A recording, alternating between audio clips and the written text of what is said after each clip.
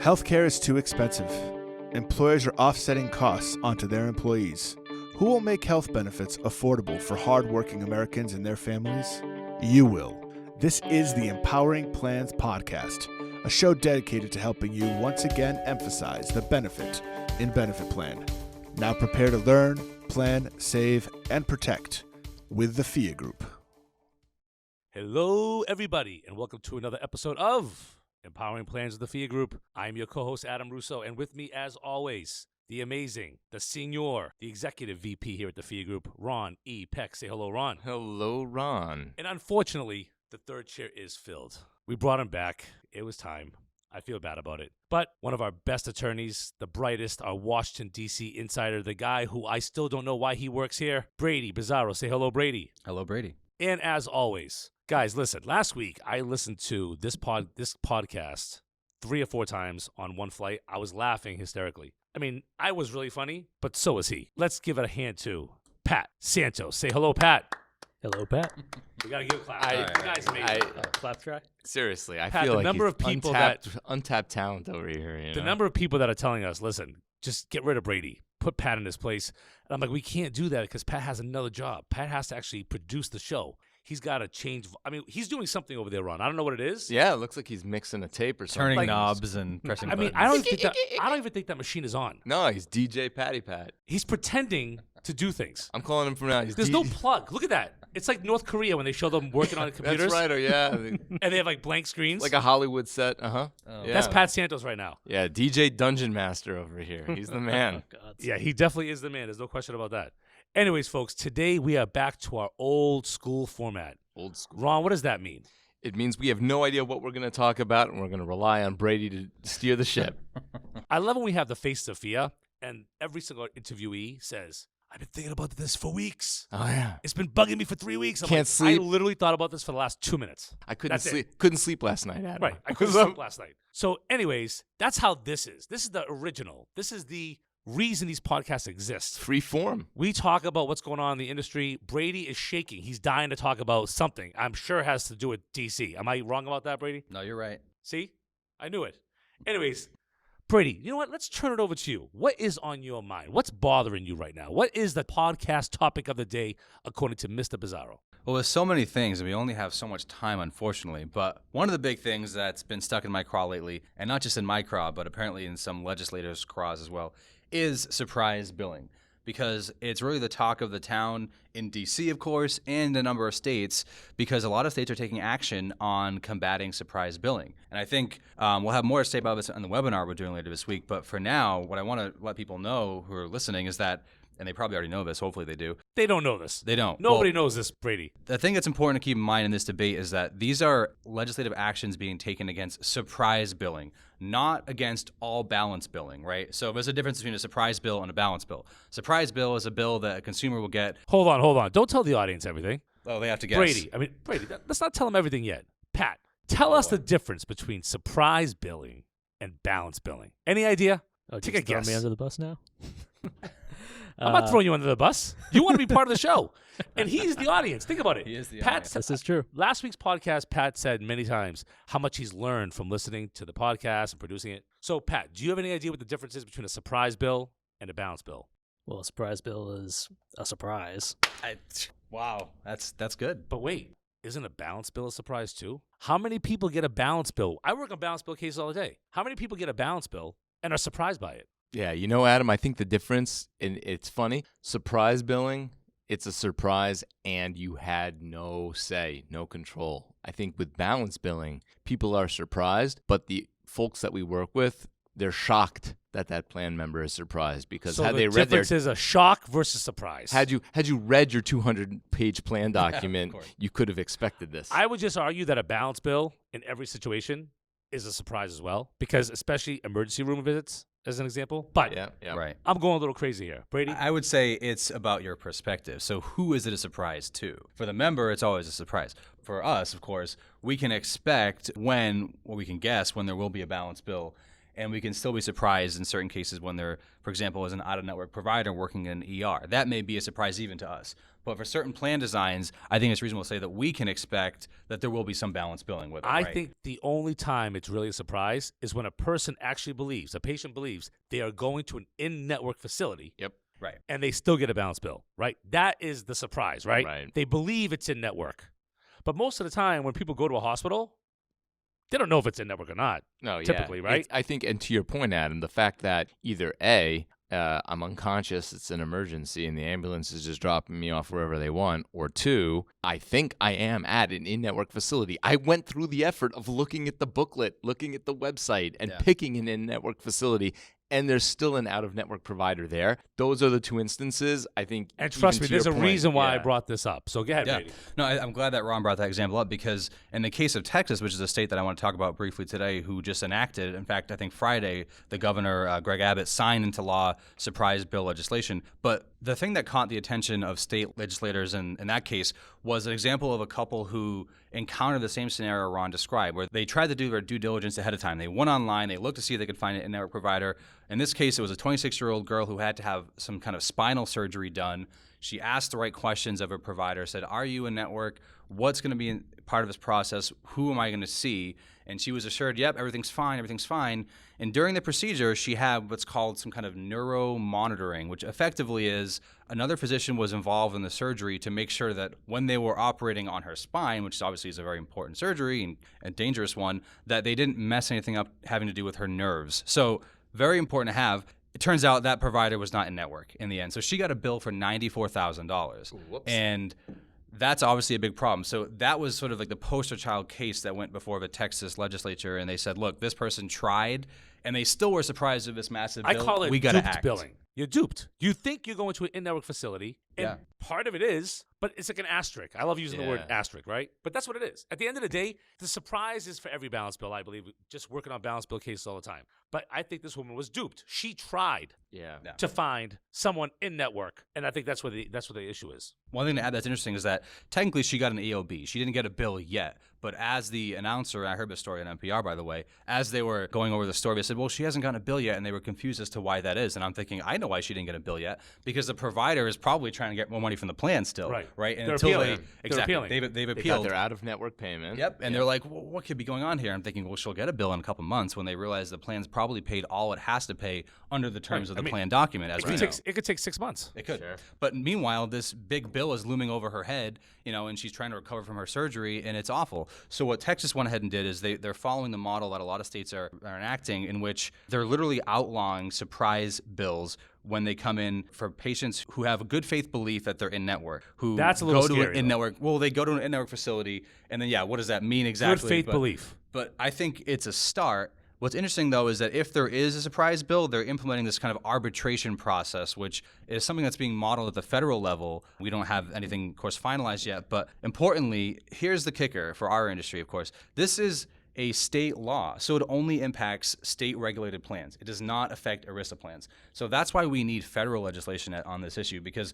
unless every state passes, and even if they do pass their own balance billing or surprise billing legislation, it's not going to help ERISA plans. Right. And as obviously as people don't know typically, ERISA plans, even though you are self-funded, you're subject to ERISA. If you're a municipality, a city, a government plan, or a church plan, you're still subject to state law. So this would affect you. However, here's the problem I got. Arbitration. At the end of the day, let's be honest. If somebody has a good faith effort, so there's an issue there, but I'm not going to bring that up now for the sake of time. They think they're going to an inner facility because it's in the booklet, it's on the website. And then they find out that a part of that service, anesthesiologist, whatever it might be, is out of network. The anesthesiologist is not part of the network. How does that person know? One, they have no clue. So to me, arbitration only helps the facilities, only helps the providers, because they know at the end of the day, just like they do in balance billing cases that we handle, that they can keep pushing and that the patient does not have the power that they have in regards to presenting at an arbitration hearing. To me, it's a very simple fix. Hey, facilities,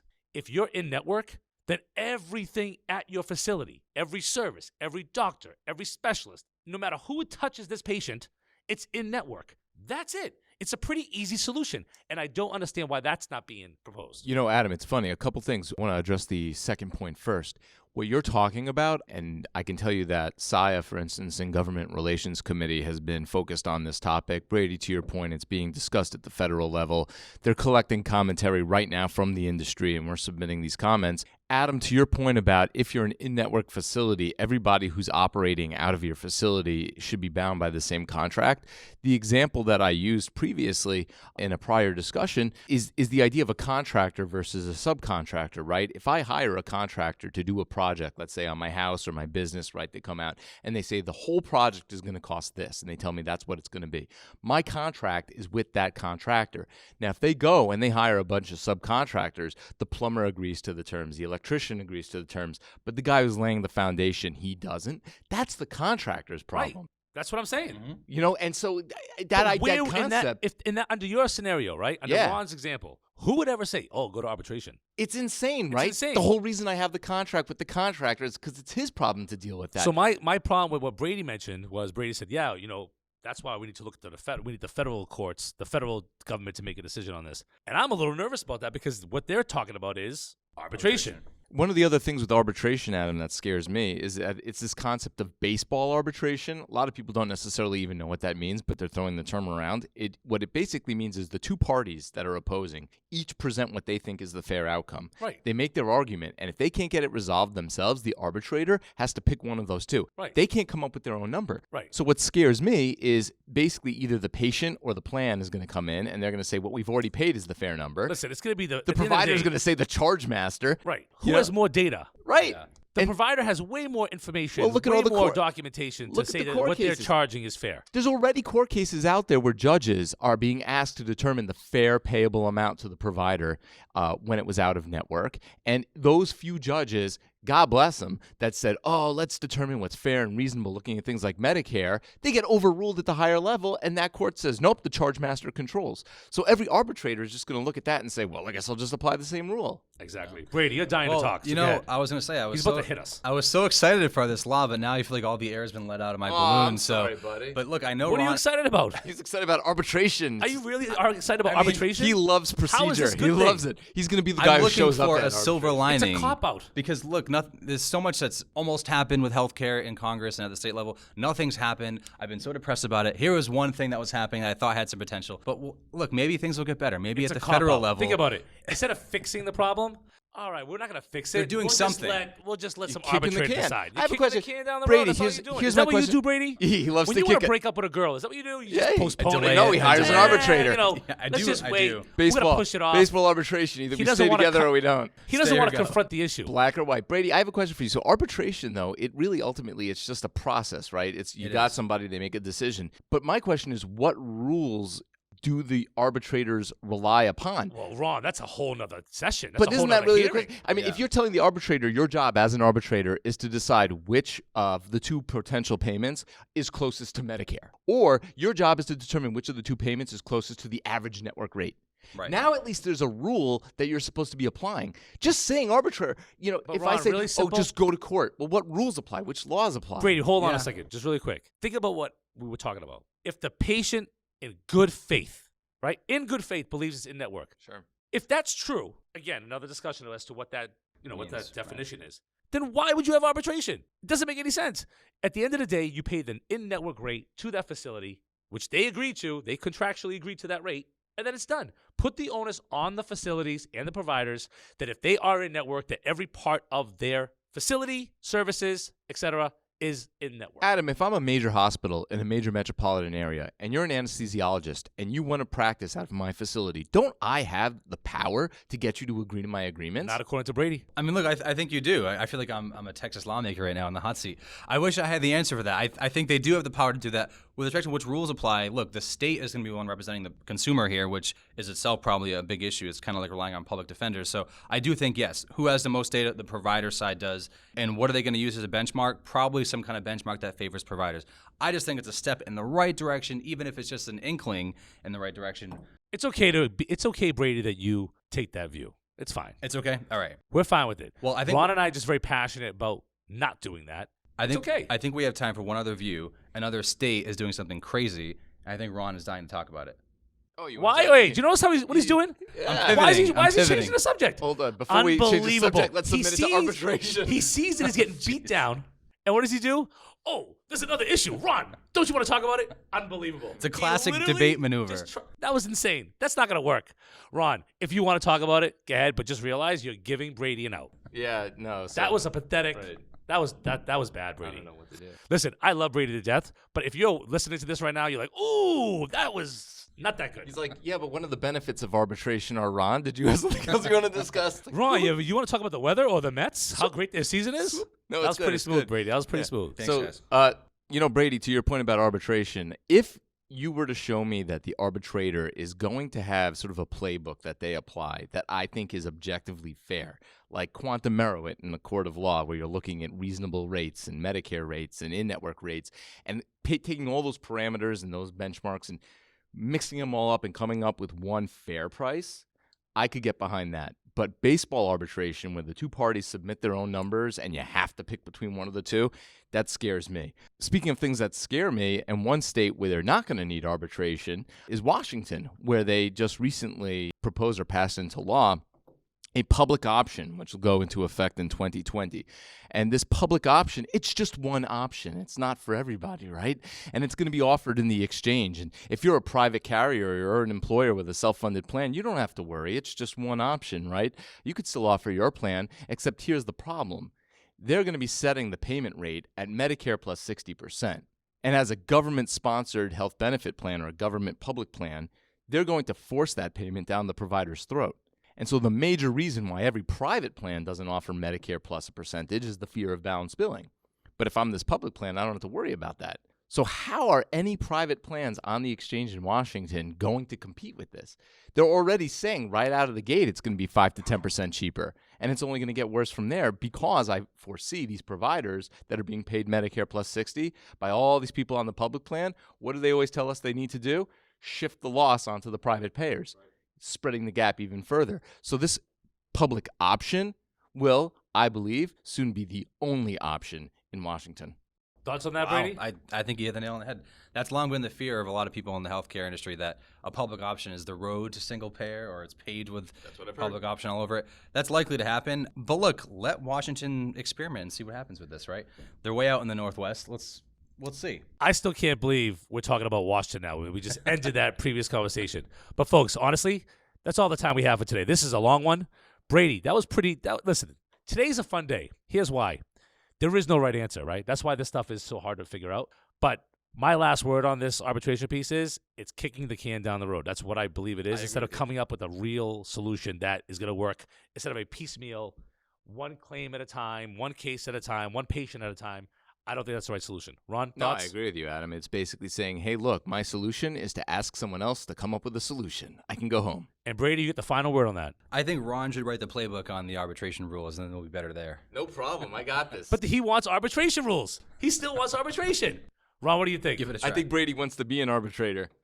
You got me. That's that what might be is. it. Pat, any final thoughts from you on this, or is this way over your head? You're thinking about the next Dungeons & Dragons game you're going to be coordinating? Yeah, I got one next week, so I got to worry about that. That's another podcast, guys. See? That's way, folks, if you're way more interested in that than the arbitration that's going on in Texas, let us know, and we'll focus on Pat's Dungeons & Dragons season. Is it a brand new season now, or? Oh, no, it's still ongoing. Oh, it's an ongoing season. Oh, yeah. Fabulous. It's going to be filled with surprises and arbitration. I don't think they arbitrate in Dungeons & Dragons games, but I could be wrong. On behalf of Pat Santos, our fine producer, Ron Peck, Brady Bizzaro, and myself, Adam Russo, thank you so much for empowering your plans with the FIA Group. Have a great day. Thank you.